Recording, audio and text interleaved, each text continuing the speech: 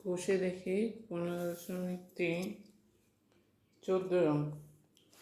একটি রম্বসের বাহুর দৈর্ঘ্য ও একটি বর্গক্ষেত্রের বাহুর দৈর্ঘ্য সমান।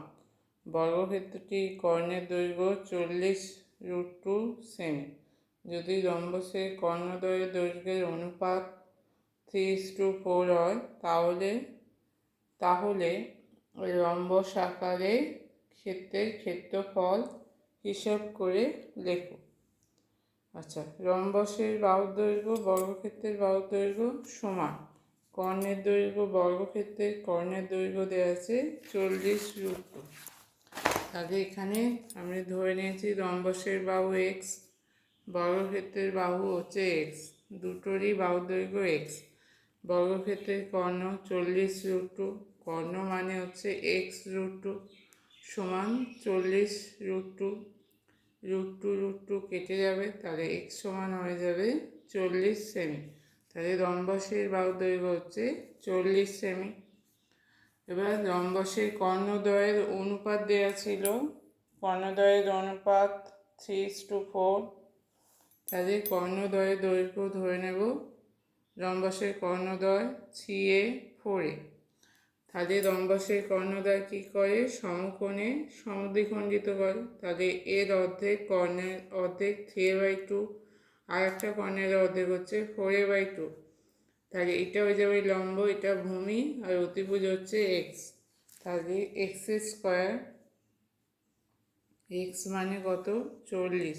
তাই 40² সমান 3a/2² প্লাস 4a/2²। তাই 3a² হচ্ছে 9a²/4 প্লাস 16a²/4 সমান 1600 বা 1600 সমান হচ্ছে 9a² প্লাস 16a² 25a², 1600 গুণিতক 4। তাহলে a² সমান হচ্ছে 1600 গুণিতক 4/25। তাহলে a² সমান 25, 1600 গুণিতক 4/25, 25 দিয়ে 1600কে কেটে দিলে হচ্ছে 64।